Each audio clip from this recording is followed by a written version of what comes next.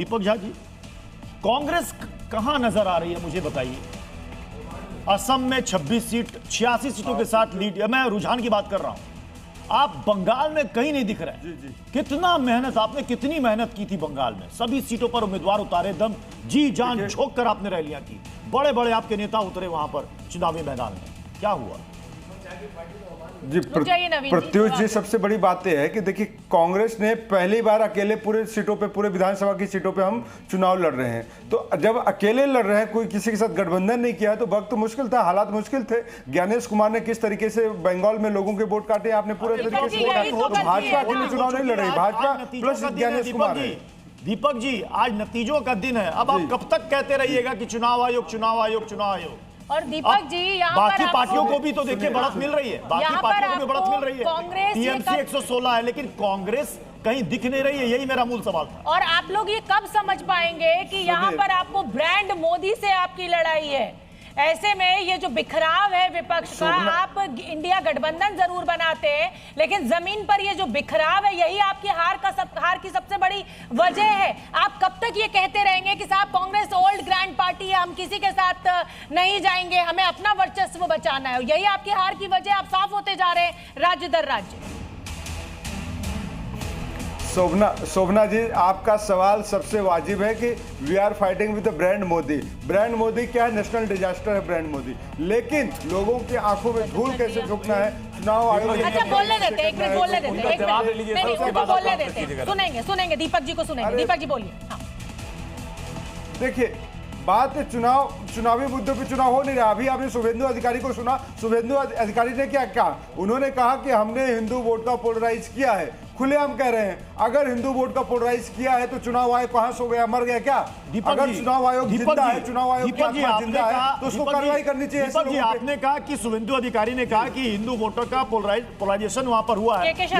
यही बात तो राहुल गांधी भी कह रहे थे कि ममता बनर्जी भी ध्रुवीकरण की राजनीति करती है। यही उनके लिए सिर्फ पैसे छोड़ देते हैं। यही तो हम कह रहे हैं।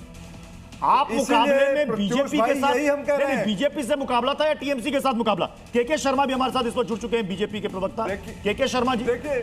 कांग्रेस कह रही है पोलराइजेशन वाली पॉलिटिक्स का फायदा बीजेपी को मिला है।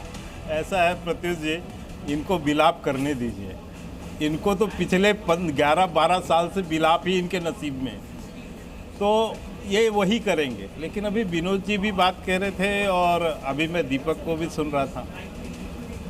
ये मेरी जो जिज्ञासा दूसरी बात पर, ये क्या देश की जनता को मूर्ख समझते हैं कि आप बंगाल में लड़ेंगे, आप केरला में आपस में लड़ेंगे, दिल्ली में हाथ मिला के ईडी गठबंधन बनाएंगे और आप ये लोगों को बताएंगे कि हम जो है चुनाव लड़ने जा रहे हैं? आज प्रश्न ये है कि क्या राहुल गांधी ईडी गठबंधन के नेतृत्व को, अन्य इनकी विपक्षी दल इनके नेतृत्व को स्वीकार करेगा? आप तमिलनाडु में आपकी क्या हालत है, आप किसके पक्ष पे खड़े थे? केरला में आप बाप से लड़ रहे हो, बंगाल में आप ममता बनर्जी से लड़ रहे हो, और फिर भी आपका दावा ईडी गठबंधन का नेता होने का है। तो ये जो इनकी वास्तविक स्थिति है, ये देश की जनता समझती है और इसीलिए जमीन इनकी। के शर्मा जी, आपके पास आऊंगी। वरिष्ठ पत्रकार विनोद शर्मा जी हमारे साथ लगातार जुड़े हुए हैं। विनोद जी, टीवीके का तमिलनाडु में आगे जाना, क्या माना जाए? जनता थक गई है जो दिल्ली में हुआ आम आदमी पार्टी के साथ। ये जो ट्रेडिशनल पार्टियां हैं, चाहे वो डीएमके एडीएमके, इस समय क्योंकि लड़ाई में है, थक गई हैं और किसी नए के ऊपर प्रयोग करना चाहती हैं। टीवीके की जीत को क्या इस तरह से देखा जाए? देखिए, रियल टाइम एनालिसिस जो होता है ना, शुरुआत में जितना भी रियल टाइम एनालिसिस होता है वो बड़ा खतरे से खाली नहीं होता है। हाँ, देखिए उसमें क्या होता है, कई बार हम कुछ बोल देते हैं रियल टाइम एनालिसिस में शुरू में, तो आखिर तक लोग जोड़ के साथ हमारे जोड़ देते हैं उसको और उसको प्रचार करते रहते हैं उसका। देखिए, हम सोशल मीडिया के जमाने में रहते हैं। मेरा ये मानना है, मैंने आपको मुख्तसर सी बात कही है कि अगर टीवीके वहां पर अपसेट कर देता है, अगर वो सिंगल लार्जेस्ट पार्टी बन जाता है या एक हंग असेंबली क्रिएट कर देता है, तो अजूबा होगा। It will be a wonder. क्या हंग असेंबली देख रहे हैं आप? क्या तमिलनाडु में आप किंग मेकर की भूमिका में देख रहे हैं किसी एक दल को? देखिए, चाहे वो एआईएडीएमके हो, चाहे वो टीवीके हो, चाहे वो डीएमके भी हो सकती है।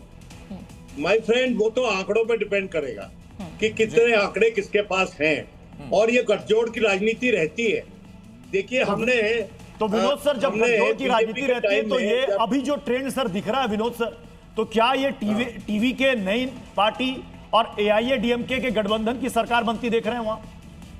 देखिए मेरी जो, जहां तक मैंने फॉलो किया तमिलनाडु के इलेक्शन को, जो टीवी के है और उनके जो मुखिया हैं, उन्होंने परस्पर भारतीय जनता पार्टी के साथ ना जाने की बात कही है, परस्पर। और मेरा ये कहना है कि वो आदमी जो है उसके लिए एडवाइजेबल ये होगा कि वो इंतजार करे। अगर गठजोड़ की राजनीति में अभी से पड़ गया वो, और उसने कुछ गलत कदम उठा लिया जो उसकी इलेक्टोरल बेस को अच्छा नहीं लगेगा, तो बहुत कुछ हो सकता है, बना भी सकता है वो सरकार अगर वो इस पोजीशन में है तो। लेकिन वो आप काउंटर करने से एक सवाल मेरा असम को लेकर कर लूं, उसके बाद नवीन जी मैं आपके पास में आ रहा हूं, आप दोनों सवाल कर लीजिएगा। सर मैं असम को लेकर भी जानना चाहूंगा कि असम में ये पिक्चर लगभग चुनाव के दौर से साफ थी कि बीजेपी संभवतः बहुत ज्यादा आगे रहेगी वनस्पत कांग्रेस के, वही रिफ्लेक्शन अभी के रुझानों में हम देख रहे हैं। 114 सीटों का असम में रुझान सामने आया और मेरे सामने जो टैली उसमें 86 सीटों पर बीजेपी आगे है और कांग्रेस 26 सीटों पर सिमटी हुई है। असम का ये ट्रेंड क्या आप मानकर चल रहे कि ऐसा ही रह सकता है? देखिए 2 इलेक्शन इस वक्त क्लियर है, और पहले भी हमको जो जानकारी मिली है कि असम और केरला, वहां पर जो था वो प्रत्यक्ष था, उसको प्रमाण की जरूरत नहीं थी कि कौन आगे है और कौन पीछे है। जो कांटे की टक्कर थी वो वेस्ट बंगाल में थी। ये पहले जानकारी नहीं थी हमको कि तमिलनाडु में भी कांटे की टक्कर है, लेकिन जब एक पोस्टर ने उसने कहा कि जो टीवी के है वो अपसेट कर सकती है, उसके बाद सबने एनालिसिस DMK का करना शुरू किया, तमिलनाडु को करना शुरू किया। इसलिए फिर मेरा आपको सुझाव है, आप TVM खुलने दीजिए, 12 बजे करीब जो एनालिसिस होगा, 12 बजे का 12 बजे क्या होने वाला है चुनाव में, ये काफी चर्चा और सुर्खियां बटोरा इस बयान ने, जब अभिषेक बनर्जी ने कहा कि 12 बजे के बाद पता चलेगा। 114 सीटों पर TMC, 160 सीटों पर बीजेपी ने बड़ी बढ़त बना ली है। इस वक्त लगभग 50 सीटों के आसपास की बढ़त है। और इस वक्त भवानीपुर हम आपको लिए चलते हैं। भवानीपुर जहां से ममता बनर्जी उम्मीदवार हैं, वो वहां अपनी सीट से पीछे चल रही हैं, शुभेंदु अधिकारी वहां पर आगे चल रहे हैं।